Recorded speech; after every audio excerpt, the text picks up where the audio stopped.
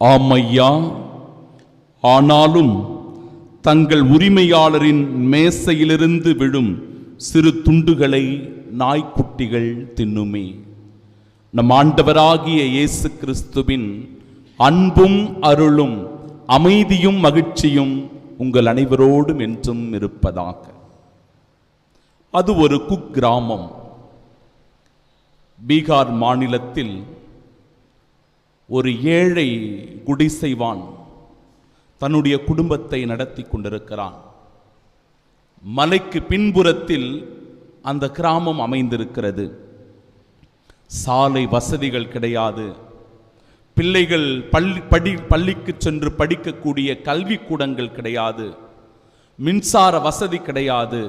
மருத்துவமனைகள் கிடையாது. இப்படி அடிப்படை வசதிகள் இன்றி இருக்கின்ற ஒரு சிறிய கிராமம். அந்த குக்கிராமத்தில் அந்த ஏழை குடியானவனுடைய மகள் நோய்வாய்ப்படுகிறாள். தன்னுடைய மகளை காப்பாற்ற வேண்டும் என விரும்புகிறான், நினைக்கின்றான் அந்த குடியானவன். எனவே அந்த குழந்தைக்கு எப்படியாவது உயிர் கொடுக்க வேண்டும் என்பதற்காக தன் மகளை சுமந்து கொண்டு ஒரு நகர்ப்புறத்திற்கு வர வேண்டும் என முயற்சிகளை மேற்கொள்ளுகிறார்கள். சாலை வசதிகள் கிடையாது. அந்த மலையை சுற்றிதான் ஒரு நகரத்துக்குள் வர வேண்டும். இப்படிப்பட்ட இக்கட்டும் இடரும் சூழ்ந்திருந்த அந்த சூழ்நிலையில் தன்னுடைய மகளை சுமந்து கொண்டே வருகிறார் அந்த தகப்பன். அப்படியாக வருகின்ற வழியிலேயே அந்த மலையை கடக்க முடியாதவனாக தன் மகளை பறிகொடுத்து விடுகிறான் அந்த ஏழை குடியானவன். மகள் இறந்து போகிறாள். மகள் இறந்து போன பிறகு வாழ்க்கையை வெறுத்து போகின்ற இந்த தகப்பன் என்ன செய்வது என்று தெரியாமல் திகைத்து கொண்டிருந்த தருணத்தில் அவனுக்குள் ஒரு வெளிச்சம் பிறந்தது, ஒரு முயற்சி பிறந்தது, ஒரு நம்பிக்கை பிறந்தது. அந்த முயற்சி, அந்த நம்பிக்கை, அந்த வெளிச்சம் அவனுடைய வாழ்க்கை பாதையை மாற்றியது. கையிலே ஒரு உளியை எடுத்துக்கொண்டான். கையிலே ஒரு பெரிய ஹாமர் ஒன்றை எடுத்துக்கொண்டார். சுத்தியையும் உளியையும் எடுத்துக்கொண்டு அந்த மலையை பிளக்கத் தொடங்கினான். சிறு சிறுவாக அந்த மலையை உடைக்கத் தொடங்குகிறார். அந்த வழியாக வருகின்ற அந்த கிராமத்து மக்கள் அவனை பார்க்கிறார்கள், ஏளனப்படுத்துகிறார்கள், சிரிக்கிறார்கள். என்ன வேலையை செய்து கொண்டிருக்கிறார்? இந்த சிறு உளியை கொண்டு இப்பேற்பட்ட பெரிய மலையை உன்னால் செதுக்கிவிட முடியுமா, உடைத்து விட முடியுமா என்று சொல்லி கேலியும் கிண்டலும் செய்கிறார்கள். ஆனால் அந்த மனிதன் தொடர்ந்து முயற்சி செய்தான். 22 ஆண்டுகள் தொடர்ந்து முயற்சி செய்து கொண்டே இருந்தான். 22வது ஆண்டில் அவனுக்கு வெற்றி கிடைத்தது. அந்த மலையில் அழகான ஒரு குகை அமைக்கப்பட்டது. இவ்வளவு காலம் பல மைல்கள் தூரம் கடந்து நகர்ப்புறத்திற்கு செல்ல வேண்டிய சூழல் இருந்த அந்த குக்கிராமத்திற்கு எளிமையாக செல்லக்கூடிய ஒரு வழி பிறந்தது. ஒருவருடைய முயற்சி, அந்த முயற்சி விடாமுயற்சியாக மாறி பல இன்னல்கள், அவமானங்களை தாங்கிக் கொண்டு தன்னுடைய லட்சிய பயணத்தை தொடர்ந்து செலுத்தியதனால் அந்த ஏழை குடியானவன் தன்னுடைய லட்சியத்தில் வெற்றியை கண்டுகொண்டான். என் அன்பு உள்ளங்களே, எந்த முயற்சியில் நாம் ஈடுபட்டு கொண்டிருக்கிறோம்? அந்த முயற்சிகள் விடாமுயற்சிகளாக நம்முடைய வாழ்க்கையில் தொடர்ந்து கொண்டிருக்கிறதா? சிந்திக்க இன்றைய இறை வழிபாடு நமக்கு அழைப்பு கொடுக்கிறது. எந்த முயற்சியை நாம் செய்கிறோம்? இன்றைய நற்செய்தி வாசகத்தில் கானானிய பெண் தன்னுடைய மகளுக்காக ஒரு முயற்சியை செய்ய ஆரம்பிக்கிறார். அந்த முயற்சி பல மருத்துவர்களை சென்று சந்திப்பது. பேய் பிடித்திருக்கிற தன்னுடைய மகளுக்கு எப்படியாவது நோய் குணமாக வேண்டும், என் மகள் சுகம் பெற வேண்டும், நலம் பெற வேண்டும் என்பதற்கான முயற்சியில் ஈடுபடுகிறார் கானானிய பெண். ஆனால் எவ்வளவோ மருத்துவர்களை சந்தித்தும் கூட மகளுடைய அந்த நோய் தீரவில்லை. அந்த நோய் தீரவில்லை. அவ்வளவுதான், எல்லாம் முடிந்து விட்டது, இனிமேல் தன்னுடைய மகளை பறிகொடுத்து விட வேண்டும் என்று நினைக்கவில்லை அந்த கானானிய பெண். முயற்சிகளை விடாமுயற்சிகளாக மாற்றுகிறார். அந்த விடாமுயற்சியினுடைய பயன்தான் இயேசுவை அவர் சந்திப்பது. இயேசுவை சந்திக்க வேண்டும் என முயற்சி செய்கிறார். இயேசுவினுடைய பின்புறத்திலிருந்து கத்திக்கொண்டே வருகிறார். அவர் கத்திக்கொண்டே வருகிறார். அந்த கதறல், அந்த சத்தம் இயேசுவினுடைய காதில் விழுகின்ற வரை சென்று கொண்டே இருக்கிறது. ரொம்ப ரொம்ப முக்கியம். ஆண்டவரிடத்தில் ஒரு மன்றாட்டை நாம் கொண்டு வருகிறோம். ஆண்டவரிடத்தில் ஒரு ஜெபத்தை நாம் ஏறெடுக்கிறோம். ஒரு விண்ணப்பத்தை இந்த பலிப்பீடத்தில் நாம் கொண்டு வந்து சேர்த்திருக்கலாம். எந்த ஒரு காரணமாக வேண்டுமானாலும் இருக்கலாம். என் அன்பு உள்ளங்களே, ஒரு நல்ல வேலை வாய்ப்புக்காக, மகளின் திருமண வரனுக்காக, குழந்தை பாக்கியத்திற்காக, கடன் பிரச்சனைகள் தீர்வதற்காக, நோய் நொடிகளிலிருந்து விடுதலை பெறுவதற்காக, எந்த விண்ணப்பமாக இருக்கலாம். ஆண்டவருடைய திருமுன்னிலையில் அந்த விண்ணப்பத்தை கொண்டு வந்து சேர்த்திருக்கிறோம். அந்த விண்ணப்பம் ஆண்டவருடைய செவிகளுக்கு எட்டும் வரை உறக்க சொல்லி ஜெபிக்கின்ற மனநிலை நம்மிடத்தில் இருக்கிறதா? இந்த கானானிய பெண்ணை போல அந்த இடத்தில் சீடர்கள் அந்த கானானிய பெண்ணை தடுக்கிறார்கள், அவமானப்படுத்துகிறார்கள். ஏன் தேவையில்லாம இவ்வளவு நேரம் கத்திக்கொண்டே வருகிறார்? உன்னைதான் ஆண்டவர் இயேசு கிறிஸ்து கண்டுகொள்ளவில்லையே, உன்னை பொருட்படுத்தவில்லையே, உன்னை மதிக்கவில்லையே, உன்னை நாய் என்று சொல்லுகிறாரே, நீ ஏன் கத்திக்கொண்டு வருகிறாய்? நீ ஏன் பின்னாடியே அப்படி கத்திக்கிட்டு வர?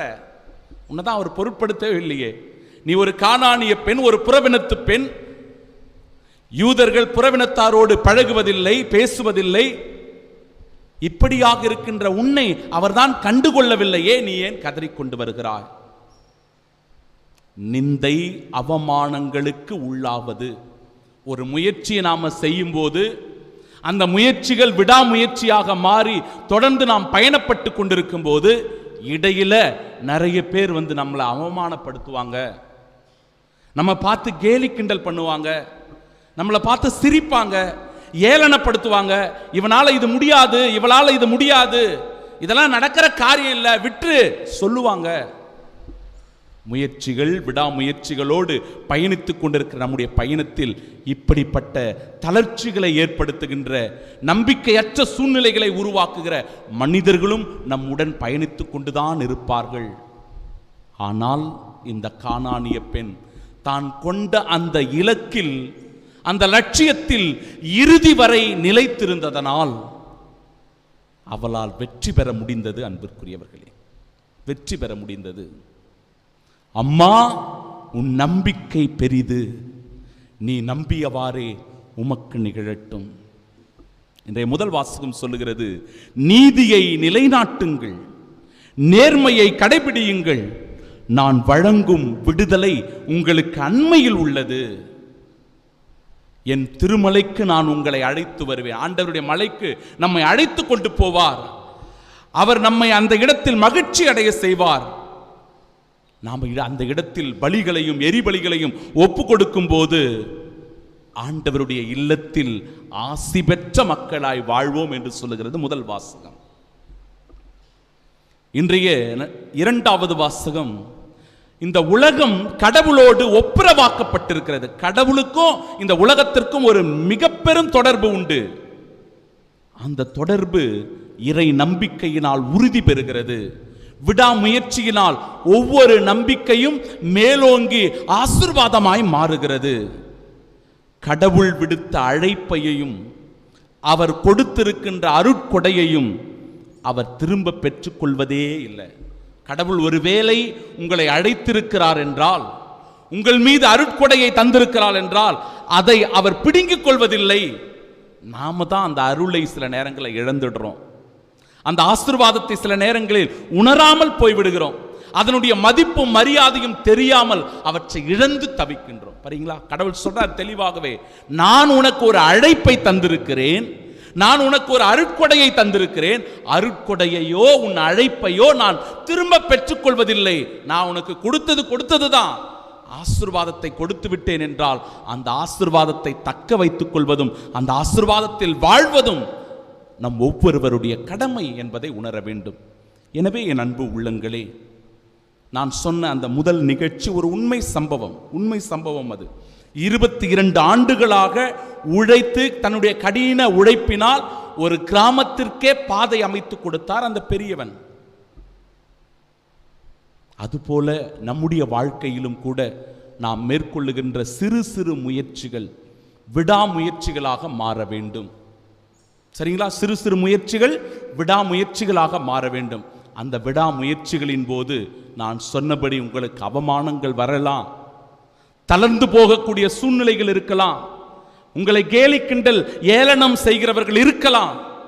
தளர்ந்து விடாதீர்கள், தொடர்ந்து முயற்சி செய்யுங்கள்.